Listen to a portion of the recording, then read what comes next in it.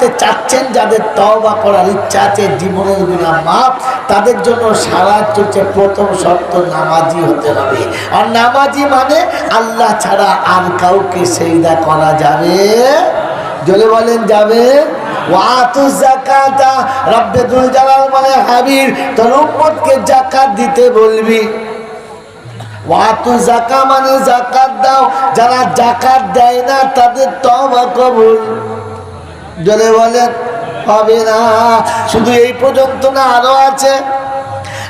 বাবাজি শুনে রাখো, যাকাত যাদের উপরে ফরজ হয়ে গেছে, ও যদি যাকাত না দেয় ওই টাকাটা খাওয়া কি, যদি বলেন হারাম। অতএব হারাম করে তওবা কবুল, জোরে বলেন হারাম করে তওবা কবুল হবে না। বোনের সম্পত্তি যারা মেনেছে ওদের কি তওবা কবুল। এতিমের মাল যারা মেনে নিয়েছে তাদের জন্য তওবা কবুল। ভাইয়ের সম্পত্তি যারা লিখে নিয়েছে তাদের তওবা কবুল। শ্বশুরের গলাতে বাঁশ দিয়ে যারা পণের টাকা নিয়েছে তাদের তওবা কবুল। শাশুড়ির হাতে সোনার চেন যারা গলাতে পড়েছে তাদের তওবা কবুল। শালীর দেওয়া সোনার আংটি যারা ব্যবহার করে তাদের তওবা কবুল। জমির আল যারা ঠেলেছে তাদের তওবা কবুল। ব্যবসায় যারা দাড়ি মেরেছে তাদের তওবা কবুল। কথা বলে না, যারা সুদের ব্যবসা করেছে তাদের তওবা কবুল। যাদের বউরা বন্ধনে লোন এনেছে ওদের প্রথম কবুল। জলসায় বসে বসে তওবা করছে, আস্তাগফিরুল্লাহ আস্তাগফিরুল্লাহ। রব্বি বউকে বলছে লোন নিতে কবে যাবি? হ্যাঁ, ওই গিন্নিকে বলছে লোন নিতে কবে যাবি? আর ও বলছে আস্তাগফিরুল্লাহ রব্বি। ফেরেশতা বলছে কবরে কবে যাবি, কবে মর খাবি? বোকা কোথাকার। এখনো পর্যন্ত বিবি লোন আনতে যায়, আরো বলে বলে বিড়ি খায়া তসবিহ বলে সুবহানাল্লাহ। ফেরেশতারা বলছে কি করলি রে বাবা? সেজন্য মেরে মহতম দোস্তর মধ্যে ওয়াতু যাকাত, হারাম করে তওবা কবুল হবে না। নাম্বার 2 আর নাম্বার 3 হলো ওয়াকরিদুল্লাহ কারজান হাসানা। যাদের কাছে তুমি কারজে হাসানা নিয়েছো তাদের কারজে হাসানা ব্যাক দাও। অভেদুয়ার লোকেরা, বাবাজিরা, বুদ্ধিজীবীরা, যারা চিল্লা দিয়েছো, যারা দাওয়াতের কাজ করো, যারা দিনের সঙ্গে জুড়ে আছো তাদেরকে বলছি, যারা কাজের সঙ্গে জুড়ে নাই ও আউট মালদের ছাড়ো। সত্য কথা বলো, কারজে হাসানা বোঝেন কি বোঝেন না? কারজে হাসানা হলো যেটা দেবার পরে বিনিময় কিছু চায় না, বিনিময় কিছু নেয় না, তাকে বলে কারজে হাসানা। চাচা অসুস্থ পড়ে আছে, 500 টাকা বার করে হাতে দিয়ে বললেন চাচা এটা আপনি কিছু কিনে খাবেন, এটা ধার না। আর আপনার চাচিমার হাতে 200 দিলেন, ফুপুর হাতে 100 দিলেন, এতিমের হাতে 50 দিলেন, যার বদলা বিনিময় কিছু নাই, তাকে বলে কারজে হাসানা। আপনাকে বলছি ওটা আদায় করে তবে মরো। ওই তোমার চাচা তোমাকে 2 বছর কাঁধে করে গোটা এলাকায় ঘুরেছে, তার বিনিময়ে ক টাকা দিয়েছো? দাও নাই। চাচা ক টাকা চেয়েছে? চাই নাই। এটা চাচার দেওয়া কারজে হাসানা। এখন চাচা অসুস্থ পড়ে আছে, এখন চাচা বিছানায় শুয়ে আছে, ডাক্তার দেখাবার কোনো মানুষ নেই, 2টো ফল কিনে দেবার কেউ নেই। 2 কেজি ফল কিনে মাতার কাছে নামিয়ে দাও, 500 টাকা হাতে দিয়ে দাও। এটা তোমার তরফ থেকে কারজে হাসানা দিয়েছ। হ্যাঁ, যে ফুপু তোমাকে সারা জীবন কোলে নিয়ে আব্বা আব্বা বলে ডেকেছে, ভাবের পেটে হয়েছে আর ফুপুর কোলেতেই মানুষ হয়ে গেছে। পেশাব করলে ফুপু ধুয়েছে, পায়খানা করলে ফুপু ধুয়েছে, সারা জীবন বুকে জড়িয়ে রেখেছে, আব্বা ছাড়া আর কিছু বলে না। আমার বাবাজিরা, আমার সোনার চাঁদ বন্ধুরা, যার কাছে যেখানে যা পেয়েছে ছুটে এনে ভাইপোর হাতে দিয়েছে, আব্বা তুমি খাও, আব্বা তুমি খাও। তিল তিল করে বড় ভুল করেছে, মা রেগে গেছে, ভুল করে নিজের ছেলেকে একটা চড় মেরেছে। তো সঙ্গে সঙ্গে ননদ এসে একেবারে বাজ পাখির মতো ঝাঁপিয়ে পড়ে পড়েছে, ভাবি খবরদার, আজকে যা করলে ভুল করলে, আগামীতে ভুল করে আমার আব্বার গায়ে হাত দেবে না, তাহলে আমি কিন্তু তোমাকে খাতির করব না। আমার ছেলে মেয়ে তোর আমার ছেলে, আর একবার বললে আমার ছেলে তো তোর ব্যবস্থা করে দেবো আমি, একবার হাত দিতে কতদিন গাইছে। আশ্চর্য, যার ছেলে তার জোর নেই, পুরো আঙুলে রেখেছে না। যেদিন বিয়ে হয়ে শ্বশুর বাড়িতে চলে যাচ্ছে, স্বামীর সাথে গাড়িতে চেপে গেছে, আর ছোট্ট বাচ্চাটা বলেছে, বেটি বেটি চলে যাচ্ছিস। স্বামীর কোল থেকে ছুটে নামেছে দরজা খুলে, আর ভাইপোকে কোলে নিয়ে ডুকরে কেঁদে দুগালে চুমো খেয়ে ভাবির কোলে তুলে দিয়ে বলেছে, ভাবি আমার আব্বাকে তোমার কাছে আমানত রেখে যাচ্ছি, তুমি মারবে না, তুমি আমার মাথায় হাত দিয়ে কথা দাও, আমার আব্বাকে তুমি মারবে না। বলো, প্রতিজ্ঞা করো, যদি কোনোদিন আমার আব্বা ভুল করে তুমি ওকে মারবে না। নিজের ভাইয়ের হাত ধরে এই কথা বলে নাই, আমাকে দেখতে যাস, আমাকে আনতে যাস, আমাকে আসলে খেতে দিস, বলে নাই, কিন্তু ভাইয়ের হাত ধরে ডুকরে কেঁদে যার বলেছে, বড় ভাই কচিকে মারিস না। আমি ওকে সারা জীবন বুকের ভিতরে রেখেছিলাম, ও একটু আবদার করে, তুই যেন মারিস না। নিজের ভাইকে বলে যাচ্ছে তুই মারিস না। মেরে মহতম দোস্তর ভোটের হলো, যেদিন শ্বশুর বাড়ি থেকে বাপের বাড়ি আসছে, যে কাপড়টা ভাঁজ করে পড়েছে এক বিন্দু ধুলো লাগতে দেয় নাই। গ্রামে ঢুকতে এসে দেখে ভাইপো ধুলোতে খেলা করছে, ছুটে এসে কোলে তুলে নিয়ে দুগালে চুমো খেয়ে জড়িয়ে ধরেছে। পায়ের ধুলোতে আর গায়ের ধুলোতে গোটা শাড়িটার দাগ লেগে গেছে, তারপরেও হাসতে হাসতে নিয়ে আসছে আর বলছে, সবাই বলে আমার আব্বা মরে গেছে, কে বলে মরে গেছে, তুমি আমার আব্বা না? বলো আব্বা, যে তোমাকে এমনি করে আব্বা আব্বা বলে বড় করেছে। বলো, সেই ফুপু অসুস্থ হয়ে গেলে কখনো 500 টাকা তার হাতে দিয়ে বলেছে যে ফুপু এটা তোমার টাকা,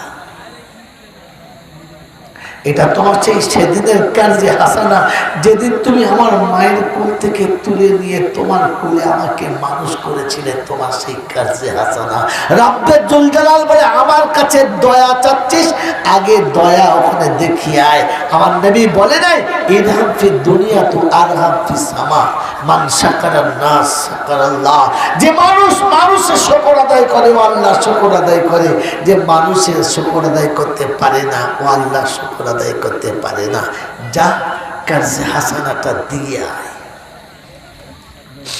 আল্লাহ পাক বলেন, হুয়া খাইর ওয়া আজামা আজরা, এটা সব থেকে ভালো কাজ, এর বদলা সব থেকে বেশি। হুয়া খাইরা ওয়া আজামা আজরা, আল্লাহ পাক বলেন, নামাজ আদায় করবি, যাকাত দিবি, কাজে হাসানা দিবি, আর ফের নিদিবি, লিফাতাহাজ্জাদ বিহি নাফিলাতাল লাক আসা আইয়াবআসাকা মাকামাম মাহমুদা। আমার বাবাজিরা, আমার সোনার চাঁদ বন্ধুরা, আমার সোনামণি মায়েরা বোনেরা, আমার জ্ঞানীজনেরা, বুদ্ধিজীবীরা, আমার আল্লাহ পাক শুনিয়ে দিয়েছেন, অবিশ্ববাসী নামাজ আদায় হবে, যাকাত দেওয়া হবে, হারাম খাওয়া ছেড়ে দেবে, শিরক থেকে নিজেকে বাঁচিয়ে নেবে, আর আত্মীয় স্বজনের হকটা আদায় করে আমার কাছে রাতের অন্ধকারে তওবা করবে। আল্লাযীনা ইয়াবিতুনা লিরাব্বিহিম সুজদান ওয়া কিয়ামা, রাত যখন গভীর হয়ে গেছে, কোলের মানুষটা যখন ঘুমিয়ে গেছে, প্রতিবেশী যখন স্তব্ধ হয়ে গেছে, ঠান্ডা পাইতে ওযু করে নামাজের মুসল্লায় দাঁড়িয়ে হাতটা তুলে বলেছে রব্বানা শরীফ আন্না আযাবা জাহান্নাম ইন্না আযাবাহা কানা গারামা। ও পরওয়ারদিগারে আলম মাওলাই হাকিম, দুটো হাত তোমার দরবারে তুলেছি মাবুদ, অতি জীবনের গুনাহগুলো মাফ করে দাও, আব্বা মাকে ক্ষমা করে দাও, আত্মীয় স্বজনকে ক্ষমা করে দাও, পাড়া প্রতিবেশীকে ক্ষমা করে দাও। আয় আল্লাহ, তোমার রহমতের দরবারে দুটো হাত তুলেছি মাবুদ রে, আমি গুনেহগার বলে তাড়িয়ে দিস না, তো রহমতের কোলে তুলে নাও। রব্বে তুল জালাল বলে আস্তাগফিরুল্লাহ ইন্নাল্লাহ গফুরুর রহিম। আমি আল্লাহ তখন ফেরেশতাদের ডাকি আর ডেকে দেখাই ফেরেশতারা আয় নেমে আয়, দেখা যা ফালা ইবনে ফালা মাজা ইয়াকুলু ফিল আরদি। ওরে দেখ আমার আল্লাহ পাক শোনাচ্ছে ফেরেশতারা, দেখ রে অমুকের বাচ্চা অমুক জমিনে বসে কি যেন আমল করে বলে, কি যেন বলে আর কাঁদে, কি বলে রে। ফেরেশতারা বলে রব্বি আল্লাহ তওবা করেছে, তোমার কাছে হাত তুলেছে, নামাজ আদায় করেছে, যাকাত দিয়েছে, হারাম ছেড়েছে, এতিম মিসকিনকে কার্জে হাসানা দিয়ে তোমার কাছে তওবা করে হাত তুলেছে মাবুদ রে। রব্বে জুল জালাল বলে ফেরেশতারা রে, তোরা বলেছিলিস এরা নাকি আমার কথা শুনবে না, এরা নাকি আমার কাছে কাঁদবে না রে। আজ ওরা কেঁদেছে, চোখের পানি ফেলেছে, কি বদলা দিলে খুশি বল। ফেরেশতারা সেদিন শোনার আমার আল্লাহ আপনার যা মন যাবে ফয়সালা দিয়ে দেন। আল্লাহ পাক বলে ফেরেশতারা সাক্ষী দেন, ওই বান্দার চোখের পানি চোখের কোণা থেকে গড়িয়ে যাওয়ার আগে ওর জীবনের গুনাহগুলো মাফ করে দিলাম। আমি আল্লাহ পাক ওর জীবনের যতগুলো গুনাহ ছিল অতগুলো নেকিও লিখে দিলাম, আর আমি আল্লাহ জান্নাতি বলে ঘোষণা করে দিলাম। বাবাজিরা, সোনার আল্লাহরা, জ্ঞানীজনেরা, সুধী মানুষেরা, দুটো কথা আপনাদের কাছে শোনালাম। একটা হচ্ছে তওবা আমাকে নিজে করতে হবে। তওবা করার আগে তিনটে জিনিস আমাকে নামাজি হয়ে তওবা করতে হবে, হারাম ছেড়ে তওবা করতে হবে, আত্মীয়তার সঙ্গে সম্পর্ক ভালো রেখে কাজে হাসানা দিয়ে তওবা। আর এর জন্য ইলম শিক্ষা ফরজ। কি শিক্ষা বলো? ইলম শিক্ষা ফরজ। আপনার কাছে ইলম না থাকলে কখন কোনটা দরকার আপনি বুঝতে পারবেন না। এই জন্য ইলম শিক্ষা ফরজ। আলেম হওয়া ফরজ নয়, বিখ্যাত মুফতি হওয়া ফরজ নয়, বিখ্যাত হাফেজ হওয়া ফরজ নয়, কিন্তু ইলম অতটা শিক্ষা করা ফরজ যে আমি আমার ভালোটা মন্দটা যেন জানতে পারি, আমি আমার আমলের আল্লাহর সঙ্গে প্রত্যেকটি আফালের মাপকাঠি জানতে পেরে যাব, এতটা ইলম শিক্ষা ফরজ। এই জন্য আজ থেকে এটা মনে মনে নিয়ত করে নিই যে আমরা সকলে ইলম শিখবো ইনশাআল্লাহ, বাচ্চাদের শেখাবো ইনশাআল্লাহ। মুসলমান, তোমার কাছে ইলম থাকলে তোমার আখলাকে মানুষ কলমা পড়বে, তোমার আখলাক, তোমার আমলে মানুষ কলমা পড়বে। শেষ নক্তা। ইসলামী ফুতুহাত শুরু, মদিনা জয়, মক্কা জয়। মদিনায় গভর্নরের ছেলে, খুব ভালো করে মনে রাখবেন, সাইদ ইবনে মুসাইব, ঘোড়ার দৌড় প্রতিযোগিতা হচ্ছে। ভাই কথা শুনেন, গল্প করবেন না, কথা শুনেন। আগে ঘোড়ার দৌড় প্রতিযোগিতা হতো, এখন আর হয় না। কি মুরব্বীরা কি বলছেন, হতো না আগে ঘোড় দৌড় হতো। তো ঘোড়ার প্রতিযোগিতায় গভর্নরের বাচ্চা শরীক হয়েছে, যার ইচ্ছা হতে পারে, সবাই হয়েছে। তো যখন ঘোড়ার রেস চলছে তখন একটা ইহুদির ছেলে এই গভর্নরের ছেলের থেকে আগিয়ে চলে যাচ্ছে। তো গভর্নরের ছেলে ঘোড়ার যে চাবুক দিয়ে চালায় ওই চাবুকটা তার গায়ে মেরে দিয়েছে। তোর আক্কেল শরম কিচ্ছু নেই, আমি গভর্নরের বাচ্চা, আমার সামনে দিয়ে নিয়ে পালাচ্ছিস। কথা বুঝতে পারছেন? এই একটা মনে ব্যথা নিয়ে মেরেছে। যেমনি মেরেছে তোর ঘোড়া মার খেয়ে ছিটকে গেছে, এ আগিয়ে চলে গেছে। কিন্তু সঙ্গে সঙ্গে সঙ্গে সঙ্গে ইহুদি মদিনায় গভর্নরের কাছে, ওমরে ফারুকের কাছে কেস করে দিয়েছে, মক্কার আদালতে কেস করে দিয়েছে।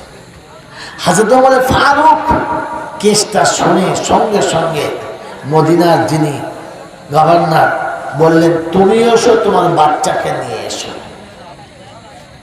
গভর্নর তো আর জানে না ছেলে ভোট প্রতিযোগিতায় কি করেছে, গভর্নর জানে না, কিন্তু মনে মনে করেছে নিশ্চয়ই কোনো জবরদস্ত কিছু অঘটন ঘটেছে, তাহলে বাপ বেটাকে কেন ডাকবে।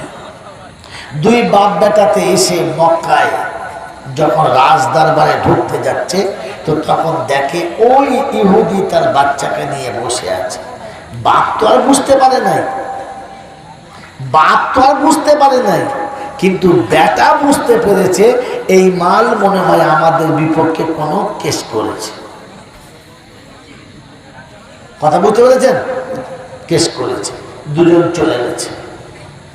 যেমনি চলে গেছে তো বেটার কাছে বাপ শুনে ইহুদিকে জিজ্ঞাসা করছে, কি ব্যাপার? তো বললে, আমিরুল মুমিনিন, এই ব্যাপার, ঘোড় প্রতিযোগিতায় আমিও একজন প্রতিযোগী হিসেবে অংশগ্রহণ করেছি, কিন্তু আমার বাচ্চা যখনই আগিয়ে গেছে তখনই ও ঘোড়ার চাবুকে করে এত জোরে মেরেছে যে আমার বাচ্চা পিছিয়ে গেছে আর হেরে গেছে। আমার অপরাধটা বলো, অপরাধটা বলো। তো সঙ্গে সঙ্গে গভর্নর শোনাচ্ছেন, ফাজরিব কামা যারাবাকা ওয়াখযুল মান খাযালাকা, যেমন তোমাকে মেরেছিল ঠিক তেমনি ওকে এখানে মারো। তোমাকে প্রতিযোগিতার মাঝখানে মেরেছে, কেউ দেখে নাই, তুমি আর ও দেখেছো। এখন রাজ দরবারের সামনে ওই গভর্নরের বাচ্চাকে ওই রকম চাবুক মারো যেরকম চাবুক তোমাকে ওই রেসের ময়দানে মেরেছে। আর অপমান ওই রকম করো যতটা অপমান তোমাকে করেছে, তুমি লজ্জিত হয়েছ। এই ফয়সালা যখন বাপ বেটার জন্য দিচ্ছে, তো ইহুদি মুচকে মুচকে হাসছে আর বলছে, আমি মারবো না আর অপমান করব না। আমি দেখতে এসেছিলাম যে ইসলামের বিচার বড় সূক্ষ্ম, কোনদিন কাউকে তার পাওনা থেকে বঞ্চিত করে না। এটা দেখার জন্য এসেছিলাম যে আজ গভর্নরের বাচ্চা ভুল করে বাচ্চা ছেলে মেরেছে, তো বাপ ফায়সালা দিয়েছে অজরিব কামা যারাবাকা, ঠিক যেমন তোমাকে মেরেছিল তেমনি করে তুমি মেরে বদলা নাও। এই ফায়সালা শুনে আমি খুশি হয়ে গেছি, আর কলেমা পড়ে দিচ্ছি, মাফ করে দিলাম। সুবহানাল্লাহ। ইলম থাকতে হয়। ইলম যদি না থাকতো, ইলম যদি না জানতো, এই ফায়সালা আসতো না, আর ওকে ইসলাম গ্রহণ করা সহজ হতো না। মেরে মতো দোস্ত বুজুর্গ, এই জন্য আমরা আমাদের বাচ্চাকে ইলম শেখাবো ইনশাআল্লাহ, ইনশাআল্লাহ। আর নিজেরাও যথাসম্ভব যতটা প্রয়োজন ততটা ইলম ওলামাদের কাছে মসজিদে, মক্তবে, দাওয়াতে শেখার চেষ্টা করব, বলুন ইনশাআল্লাহ। মেরে মতো দোস্ত বুজুর্গ, আল্লাহ পাক আপনাকে আমাকে ইলম শিক্ষা করার আর সময় মতো তওবা করে জীবনের গুনাহ মাফ করার তৌফিক দিন, বলুন আমিন।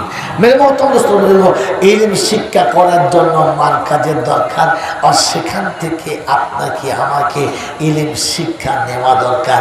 এজন্যে এই কমিটির ছেলেদের আকুল আবেদন আপনাদের কাছে এতটুকু যে আপনারা আপনাদের ক্ষমতা মোতাবেক 100, 200, 50, 500 যার যেমন ক্ষমতা নগদ ইনশাআল্লাহ কিছু সাহায্য করবেন। কি এটা? আসসালামু আলাইকুম। আর প্রশ্ন হলো, কোনো অমুসলিম বা কোনো ব্যক্তিকে কি বলে কি নমস্কার কথাটি বলা যাবে, নমস্কার কথাটি বলা যাবে কি না? কোন মুসলমান অমুসলিমকে নাকি, কোন মুসলিম বা কোন ব্যক্তিকে, এটা কিরকম কথা হলো? কোন মুসলিম মানুষকে নমস্কার বলতে হয় নাকি? কথাটা ঠিক উচ্চারণ হয়। প্রশ্নটাই হয়। আচ্ছা, প্রশ্ন ঠিক হয় নাই, প্রশ্ন ঠিক করে পরে সেজন্য বললাম মত প্রশ্ন করে নমস্কার শব্দটার মধ্যে শিরকের গুণ আছে, এর থেকে পরেজ করা ভালো। আপনি সব জাতির মানুষকে সালাম দিতে পারেন, জানেন? জানেন? হিন্দু, খ্রিস্টান, বেঈমান, নাফরমান সবাইকে সালাম দিতে যদি বলেন পারেন। জানেন? জানেন না। জানেন? জানেন না। জানেন? জানেন না। তবে ওই রকম না, আসসালামু আলাইকুম না। এই জন্যে ইলম শিক্ষা করা ফরজ, এই জন্যে ইলম শিক্ষা করা ফরজ। যখন আপনি দেখবেন বিধর্মী বা অন্য কোনো জাতির লোক একসঙ্গে আছে, কোন সরকারি মিটিংয়ে উঠেছেন, কোন পার্টির মিটিংয়ে গেছেন, হিন্দু মুসলমান বাউরি বাগদি সবাই আছে, আছে না নাই? তো আপনি মুসলমান হিসেবে সালাম দেবেন ওদের জন্য না, আপনি উঠে দাঁড়িয়ে বলবেন আসসালামু আলাইকুম মান ইত্তাবাআল হুদা। বাস, সবাইকে আপনি শব্দ বলতে পারেন আসসালামু আলাইকুম মান ইত্তাবাআল হুদা। যারা হিদায়াতের ইত্তিবা করে তাদের জন্য সালাম, যারা বাদ পড়লো বাদ পড়লো, বলার দরকার নেই কিছু। আপনি সালাম শব্দ ব্যবহার করেছেন, কথা বুঝেছেন? আপনি লিখতে পারেন কোনো গায়ের কওমের কাছে আসসালামু আলাইকুম মান ইত্তাবাআল হুদা, বাকি ভাই কেমন আছে না সব লিখতে পারেন। কথা বুঝে এসছে? কথা বুঝে এসছে বাবাজি? এই জন্যে অন্য কোনো জাতির শিয়ারকে নেওয়া যাবে না। মুসলমানদের ইসলামের সালাম একটা শেয়ার, অতএব শেয়ারের উপরে অন্য কিছু ব্যবহার করা যাবে না। মনে রাখবেন ইনশাআল্লাহ। কমিটির ছেলেরা কই? কমিটির ছেলেরা চলো শুরু করো ভাই। সকলের কাছে আবেদন যে এই জন্যে দিনই আমলের জন্য যে যতটা পারি 10, 20, 50, 200, 100 সকলে মিলে শরীক হই, ইনশাআল্লাহ দোয়া হবে। আর তারপরে